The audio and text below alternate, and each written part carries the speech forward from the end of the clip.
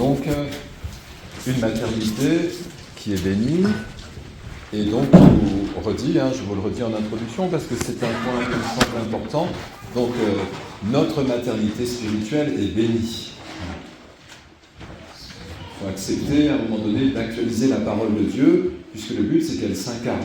En tout cas, c'est ce que nous célébrerons à Noël, et quand nous contemplerons l'enfant de la crèche, nous contemplerons notre frère, et aussi cette réalité spirituelle qui nous incombe depuis notre baptême. Nous sommes, c'est la fraternité des fils de Dieu. Bon, alors, après, si vous n'êtes pas d'accord, c'est pas très grave, mais je pense que c'est quand même bien de toujours sans cesse nous remettre dans ce mouvement un peu de conversion. Je l'ai dit pendant le temps de l'Avent, le prophète précède le Messie. Je redis les choses que j'ai dites, mais on ne s'est pas tous vus depuis. Donc le prophète, c'est notre rôle aussi prophétique lié à notre baptême. Le prophète annonce une conversion. Nous avons essayé de mettre en œuvre la nôtre durant 4 semaines, ces temps qui préparent les 2 naissances de la vie chrétienne, à savoir Noël et Pâques, et ils sont tous les 2 précédés de l'Avent et du Carême. Donc cette conversion, c'est ce désir que nous avons, que notre volonté s'accorde à celle de Dieu. Voilà. Donc ce sacrifice que nous célébrons, que nous réitérons, bien sûr, c'est la messe. Et donc le précurseur annonce le Messie. Donc nous entrons dans tous ces rôles-là. Voilà. Les personnages de la crèche, les prophètes, les récits de l'Ancien comme du Nouveau Testament nous disent quelque chose de notre cheminement spirituel. Donc de fait, Jean-Baptiste, c'est celui, vous connaissez les textes, je pense, comme moi, qui, une fois sa mission terminée, il s'éloigne, il laisse place à celui qui est advenu, donc la dimension messianique. Et il faut, encore une fois, alors je vais dire, c'est vrai pour Jésus. Jésus aussi s'est converti. Il a mis en œuvre, alors très bien, il est sans péché, Marie aussi, enfin il accorde sa volonté à celle du Père. C'est ce qui est dit dans l'Épître aux Hébreux. Faut-il vous rappeler que Jésus, il la connaît, puisque nous célébrerons à Pâques, Jésus demandera à son Père, non pas comme je veux, mais comme tu veux. Il vit cette conversion. Donc c'est toujours ce retournement, cette orientation qui nous permet de nous tourner vers celui qui nous donnera l'inspiration nécessaire pour que nous puissions faire la volonté du Père. C'est ce que nous redisons juste avant de communier. Alors, cette conversion, elle est liée à quoi ? C'est ce que nous a dit l'Épître aux Hébreux. Tu m'as formé un corps, comme chacun de nous. Tu ne voulais ni offrande ni sacrifice. Me voici, mon Dieu, je viens faire ta volonté. Voilà. Donc, il supprime le premier état des choses, nous dit l'Épître aux Hébreux, pour établir le second. Donc ça, c'est vraiment la conversion qui nous fait muter d'un état à l'autre, qui active en nous la dimension messianique, qui révèle en nous notre filiation. Et bien sûr, c'est un chemin de conversion, donc on fait un effort d'avant, mais en même temps, c'est toute la vie. Voilà. Toute la vie, c'est ce qui fait que nous pratiquons et que nous célébrons la messe tous les dimanches, voire un peu plus, pour ceux qui en ont besoin. Donc, nous sommes dans cette dimension sacrificielle de nos vies. Et puis, c'est très marquant dans le récit de la visitation que nous connaissons, à plusieurs titres. Alors déjà, je ne sais pas si vous avez remarqué, mais quand vous êtes inspiré, vous avez le pas qui presse. Alors c'est vrai pour l'appel des premiers disciples de Jésus. Aussitôt, ils le suivirent. Vous vous souvenez, c'est l'appel des 4 qui pêchent sur le lac de Tibériade. Et Jésus, aussitôt, quand il leur parle, ils se sentent interpellés, ils obéissent à cette parole. Aussitôt, ils le suivirent. Marie part avec empressement. C'est une femme libre. Si vous êtes guidé par l'esprit, vous êtes libre. Ça veut dire que vous n'allez pas vous dire est-ce que je devrais y aller ? La distance est longue. Je ne sais pas, quand ils ont voyagé, on pourrait être hésitant sur les appels que Dieu nous donne. Marie ne l'est pas. Elle part avec empressement. Elle ne se pose pas la question de savoir si son fiancé est content ou pas. Voilà. Les fiancés avec Joseph à ce moment-là. Elle part assez vite parce que le signe qui lui a été donné par l'ange, vous vous souvenez, c'est que sa cousine Élisabeth est enceinte, car rien n'est impossible à Dieu. Donc c'est des personnes âgées. On ne va pas tout refaire, mais c'est pour vous rappeler aussi que la naissance dont il est question est une naissance spirituelle. Donc il faut un signe divin qui, bien sûr, vient, si vous voulez, déranger la nature humaine. C'est quelque chose qui est au-delà de l'ordre des choses et de cette première naissance. Donc il va bien falloir, à un moment donné, que nous soyons dans un contexte d'impossible humain. Donc c'est pas compliqué, hein. Vous prenez les femmes des prophètes, je l'ai déjà dit, des patriarches, vous prenez Élisabeth, il n'y a pas de possibilité du côté humain. Donc Dieu peut manifester un signe divin, stérilité, et puis virginité. Et il y a une progression dans les deux. Je l'ai dit, je ne sais plus, dimanche dernier ou dans la semaine, la virginité et la stérilité ne sont pas la même réalité humaine. Pourquoi? Mais parce que la stérilité, elle est du côté de l'avènement du prophète, Jean-Baptiste. Il est celui qui prépare le chemin, mais il n'est pas le Messie. Par contre, la virginité nous dit quelque chose de ce que nous sommes tous, à savoir que notre baptême a été le don de l'Esprit Saint dans une terre vierge. C'est un don de l'Esprit. Ça va, hein? Je crois que c'est bien de toujours resituer la chronologie des personnages et de l'histoire pour nous faire arriver jusqu'à la crèche. Enfin, jusqu'à la résurrection un peu plus tard. Et voyez bien, il y a toutes ces étapes que nous franchissons. Donc c'est toujours une terre vierge qui reçoit le don de l'Esprit et qui permet un engendrement, et c'est notre baptême, et ce jour-là, nous avons été appelés fils de Dieu. Bon. Alors, donc, elle est empressée, elle est libre, elle se laisse guider par l'Esprit. Si vous voulez, je vous redonne la parole de Saint Jean, en Saint Jean que Jésus dira à Nicodème, « Celui qui est né de l'Esprit, tu ne sais ni d'où il vient, ni où il va. Il est insaisissable, il est libre. » Les fils sont libres, dira Jésus. Pourquoi? Et quand Jésus est en posture difficile, si vous lisez l'Écriture, il passe au milieu de ceux qui s'opposent à lui. Il est dans cette liberté, il est entré librement dans sa passion. Pourquoi? Parce qu'il est animé par l'Esprit. Et Marie, plus que tout autre, puisque c'est ce qui lui a permis d'être fécondée. Donc elle va voir sa cousine Élisabeth, et pour que vous puissiez recevoir l'Esprit, c'est que vous êtes celui qui a des oreilles qui l'écoute, dira Jésus de nombreuses fois. Marie, c'est une écoutante. Elle est disponible à la parole d'un autre. Et de fait, qu'est-ce qui se passe? Deux femmes s'écoutent, et bien, vibration spirituelle. Les deux enfants s'éveillent en elle. Et donc, il y a une action de grâce. On nous dit, Élisabeth est remplie de l'Esprit Saint. Mais par l'écoute, elles ont cette disponibilité intérieure. Vous savez, notre monde souffre de quoi? Ou en tout cas, est dans le verbiage et peut-être pas suffisamment dans la parole, tout simplement parce que les gens n'ont pas été écoutés. J'ai rencontré un couple, on va dire comme ça, il y a quelques jours, et la personne disait qu'elle avait des soucis spirituels, des difficultés intérieures.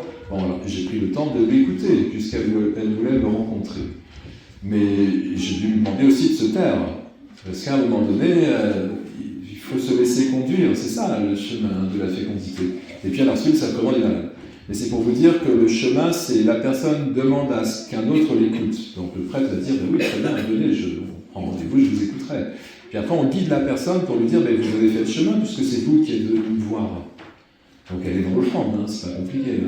Et donc on l'aide dans cette pédagogie de l'écoute jusqu'à recevoir un sacrement, donc la grâce qui est liée, donc le sacrement des malades. Et la personne, de fait, a vécu cette transformation de la nuit vers la lumière, ce qu'on célèbre. Vous écouterez la nuit de Noël, dans les ténèbres de nos vies, une grande lumière, c'est Noël. Alors, donc, deuxième chose, elles s'écoutent mutuellement. Donc, bien sûr, bénédiction, heureuse celle qui a cru à l'accomplissement des paroles qui lui furent dites de la part du Seigneur. Donc, Marie, elle a cru, et du coup, elle parle. Rappelez-vous, c'était il y a quelques jours, Zacharie n'a pas cru, le grand prêtre qui vient faire le sacrifice d'encens dans le Saint des Saints du Temple. Ben, lui, il parle la parole. Il est muet jusqu'à la naissance de Jean. Tout ça, ce sont des petites histoires, mais qui ont du sens tout de même, et qui nous disent que celui qui écoute devient un parlant. Il parle au nom d'un autre. La dernière chose que j'ai relevée, c'est que Marie, elle ne s'attarde pas. Elle passe 3 mois avec sa cousine et elle s'en va. Et nous, souvent, on traîne un peu. D'ailleurs, Jésus, quand il envoie ses disciples de par deux, il dit, écoutez, si on vous invite, allez, mais ne passez pas de maison en maison, et en gros, ne vous dispersez pas sur le chemin, Ça veut dire qu'il y a, encore une fois, cette liberté de celui qui reçoit l'Esprit, qui écoute, va lui permettre de discerner ce qui est juste de faire ou pas. Donc il y a des noms qui sont possibles aussi dans cette écoute, qui sont légitimes et bons pour tous. Voilà, évidemment c'est la Vierge Marie, donc elle a une aptitude aussi à pouvoir entrer dans cette réalité spirituelle plus rapidement, puisqu'elle est sans péché, comme la tradition nous le rappelle. Nous avons fêté l'Immaculée Conception il n'y a pas très longtemps.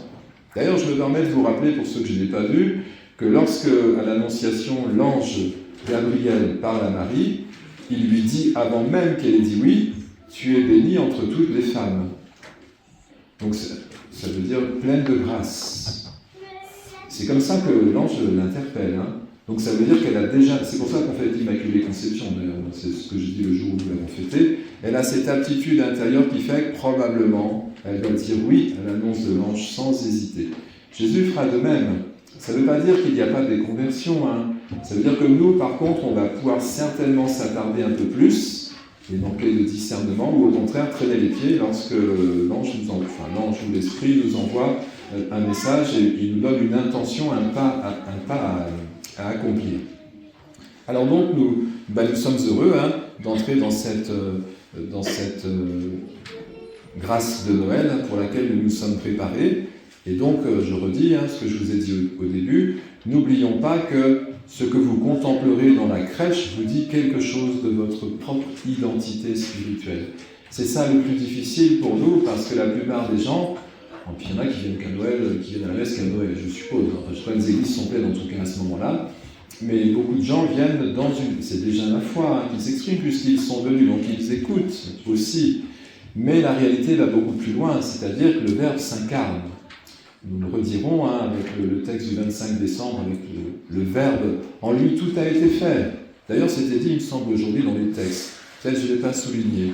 Oh, ça devait être alors dans la première lecture. Je ne vous en ai pas parlé. Oh. Oui, alors, c'est parce que c'est le plus petit des clans de Juda, vous savez, le petit reste d'Israël qui nous console, parce qu'on se dit que nos églises, parfois, pourraient être plus remplies par rapport au nombre d'habitants de nos villages.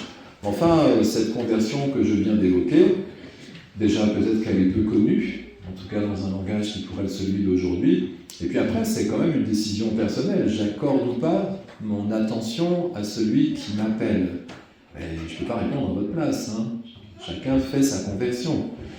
Mais je pense que la plupart des gens ne viennent qu'au titre d'une histoire qui date un peu, mais qui ne perçoivent pas bien consciemment ou complètement que cette histoire parle d'eux-mêmes.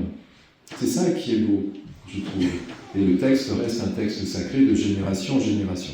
Alors donc, il faut être... Alors oui, vous le savez, donc ce petit reste d'Israël, où le plus petit des clans de Juda, nous rappelle l'attitude du pauvre. C'est une béatitude. Heureux les pauvres de cœur, car le royaume des cieux est à eux. Mais si vous écoutez celui qui vous parle, celui qui vous aime, c'est que vous avez de la place à l'intérieur pour l'accueillir. Nous nous souviendrons que la nuit de Noël, personne n'accueille, il n'y a pas d'auberge, quoi. Il est dans une étable. C'est la pauvreté. Le Messie que nous contemplons est un Messie crucifié. Il est celui qui ne voulait ni offrande ni sacrifice. Tu m'as donné des oreilles, alors j'ai dit, voici, je viens. C'est beau, C'est la vie qui s'exprime à travers cela. Mais ça reste, bien sûr, un message qui est subversif par rapport à la réalité du monde. Donc, je termine, mais je ne sais plus où c'est. Voilà, j'ai trouvé. Ces origines remontent au temps ancien, au jour d'autrefois. Nous nous souviendrons le jour de Noël que le texte, le prologue de Saint Jean nous dira « En lui tout a été fait, rien ne s'est fait sans lui. Il était la lumière des hommes, mais les hommes ont préféré les ténèbres. Mais pour ceux qui ont accepté la lumière, ils sont devenus enfants de Dieu. » Maintenant, vous pouvez faire des boucles avec les textes. Ils redisent sans cesse, dans une expression différente selon l'évangéliste. Et puis après, voyageons dans l'Ancien Testament, parce qu'il n'est pas dit autre chose. Sans cesse, nous avons ce chemin qui nous rappelle que peu à peu, le Verbe s'incarne dans nos vies. C'est ça notre joie de Noël. Nous sommes promis à la résurrection. Nous avons une capacité à discerner ici-bas, devant les vicissitudes du monde et les nuits qu'on nous annonce si fréquemment. Je vous rappelle que le jubilé d'an 2000, c'est pèlerin d'espérance, mais notre espérance est ancrée dans quoi ? Mais dans celui qui nous vitalise au quotidien. C'est une joie extraordinaire, je ne sais pas si vous la mesurez, mais je pense que si, parce que vous êtes dans cette chapelle. Voilà, alors gardons cette belle lumière qui nous est transmise. On a eu une conférence pour les catéchistes sur l'espérance par un chapelain de Notre-Dame du Lot, qui nous rappelait ce que nous savons. Si nous écoutons la parole de Dieu et si nous la consommons à l'autel, c'est que vous allez passer à la boulangerie en mode tabernacle. C'est pas compliqué. Alors peut-être vous ne prêcherez pas sur le Verbe qui s'incarne, mais tout le monde reconnaîtra quelque chose de cette grâce qui vous est donnée. C'est pour tous. Alors voilà, que notre pèlerinage soit heureux. Amen.